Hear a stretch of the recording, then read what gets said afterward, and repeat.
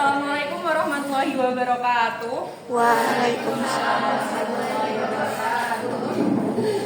Okay, can you see me, guys? Yes. Hello everyone, how are you today? Cold. I'm cold. Cold? Are you sleepy? Yes. Yes. The weather is perfect for sleeping. Yes. Yes. But we must remain our enthusiastic to attending our classes today. For start my topic today, I wanna ask you guys, anyone here has ever felt frustrated in learning in English? Yes, of course. Why? Because Because that's not our first language, right? yeah, And how long do you think that we can become fluent in English? How long do you think, guys? Never? Okay, never. Good question, because I will share to you a secret from BBC Learning English. Podcast title is How Quickly Can We Learn in English? According to the 2011 UK Census, United Kingdom, there are 7.7% or 4.2 million people in UK that actually English is not their first language. And this shows that even in its country origin, English remains a language studied by millions of people. So we are not alone in this struggle, guys. And then, besides, we are students in major English education department. Why? Why should we learn English? Hilliard? English is global language. Global language, mungkin Vio? To communicate With our friends. friends. I want to marry for them. from country. To fulfill our assignment. Okay, great. The podcaster in Say. this channel, they do like a survey in social media, and there were several relatable answers. There are 4 persons: Osama, Suzuki, Ha, and Dennis.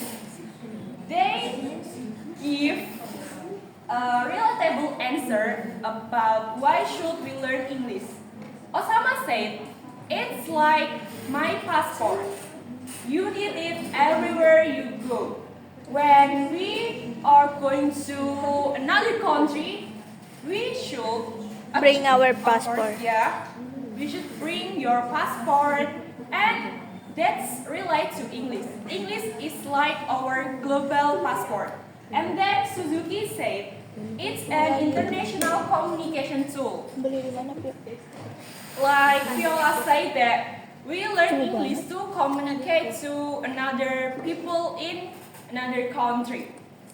And then Ha said that it's the key to getting a good job with high salary. So, anyone here doesn't want to get high paying job, guys? All of us want to get high salary. And then Dennis said that it's the language that opens door overseas. When we want to study abroad, English is the key. Like we have to IELTS or TOEFL, and then because English is a global language, we should study about English. And then, how we learn in English is like that. We do traditional and modern class like teacher and online learning. And this podcast, it's classic to debate it's debatable between the teacher versus online learning. As we know, when we do the traditional classroom, we meet the teacher, they have advantages and disadvantages. In traditional learning with teacher, we have advantages. We can face-to-face explanation, we can do question and answer directly, but learning with teacher have disadvantages too, like expensive, and then we need to travel to the course location and limited schedule. And when we do modern learning in like online platform, the advantages are flexible, anytime, we can do everywhere, anytime, and more affordable. And the disadvantages are requires high disciplines, less direct interaction because that's online, so we can like interact with our phone like that. And after you hear the advantages and disadvantages of learning with teacher and learning in the online platform, what do you prefer to learning, guys? Teacher or online platform? I think it's really great when we combine both of them. Combine it. Anin, do you have another opinion? I think both, but maybe I prefer teaching because we learn directly. Okay. So in this podcast they like mengambil take the Richard Hallow's tips to learning English quickly. There are 4 formula from Richard Hallow.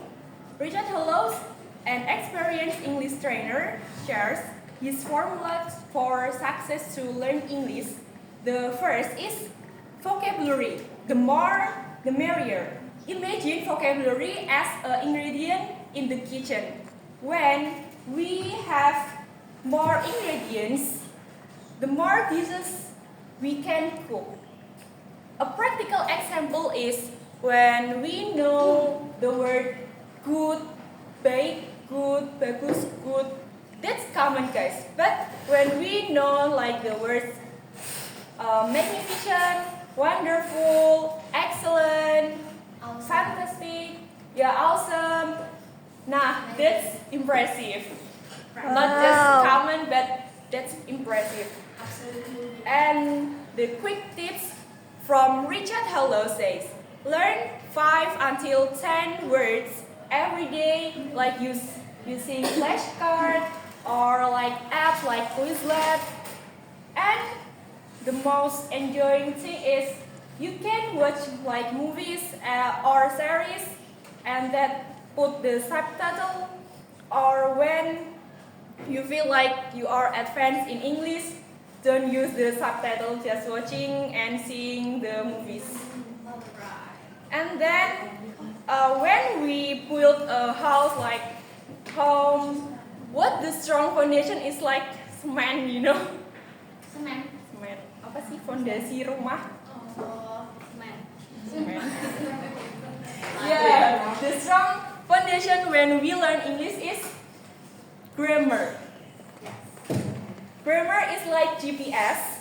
You can get to your destination without GPS, but you will get lost and take longer. With good grammar, your communication will be more effective. But the important note is don't be too serious in grammar, because when we understand all of the grammar like 16 sentences and 16 tenses, but we don't practice our speaking, just we understand the grammar. It's like it's like sia-sia.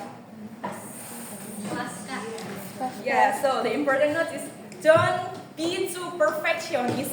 Grammar is important, but don't be afraid of making mistakes. Because when we afraid to getting mistakes, we will end up speaking. And then I think the third formula is very pro and contra because Richard Hello says, don't try sound like a native speaker.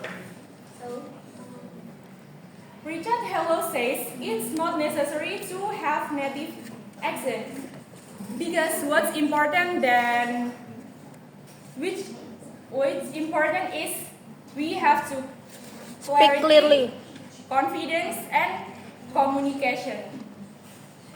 Then we have to sound native. like a native British, American, or Australian, like the is not. Yeah, the first.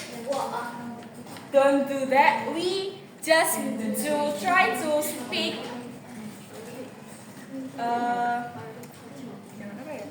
Don't try like native because my experience, if you just focus or your pronunciation like I have to do like American or British, your speaking akan terkendala.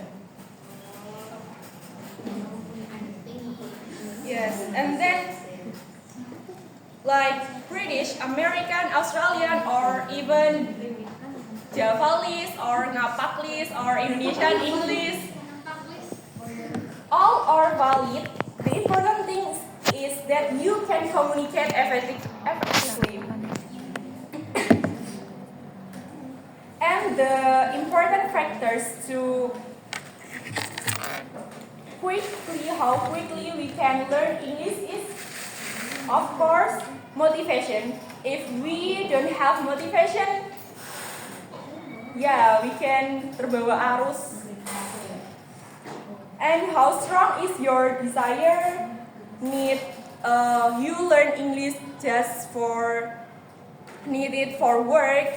It's high motivation. But when you learn English just for fun, like cuman iseng, it will take longer. And the learning method is consistent 12 minutes a day, better than you study just 3 hours once a week. So more effective that you study 12 minutes per day, every day. And then the environment. When you back to your hometown, of course they will speak with the origin language like when I'm back in my hometown, they are speak in Japanese, so I cannot practice my English there. So I feel like my vocabulary is berkurang. So when I'm back in Semarang, I'm trying to joining the online platform to get my vocabulary again. And then the final message is learning English is not like sprint, but learning English is marathon. There are no shortcuts, but with the right method and consistency, you can do it. We can do it to learning English. Remember these motivational words. English is your passport. English is your communication tool. English is your key to better opportunities, and English open doors overseas. So starting now, committing 12 minutes to study every day, and then in the next month you will be surprised with your progress. And remember, you don't need to be perfect, but just need to start now. And that's all from me. Maybe do you have any question or not? I will close my presentation. Any questions? Any question, guys? Saya nggak bisa baca lagi. No.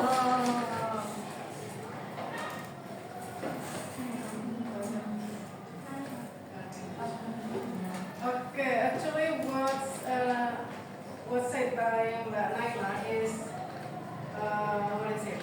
The concept of global Englishes and non-native speakerism. Yeah. Non-native speakerism. Or in another word, it is called global Englishes. It means that when you use English, it doesn't need to be native speakerism.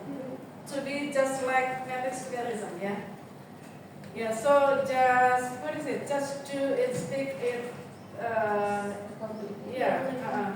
Don't think about the mistake of accent or pronunciation and so on. Yeah. Just be yourself. If you are ngapak people, yeah. Ngapak English is okay, yeah. Yeah, no matters. Yeah. Ngapak English, ngapak English. Ngalis. Yeah. Thank you. Okay, thank you for your attention, guys.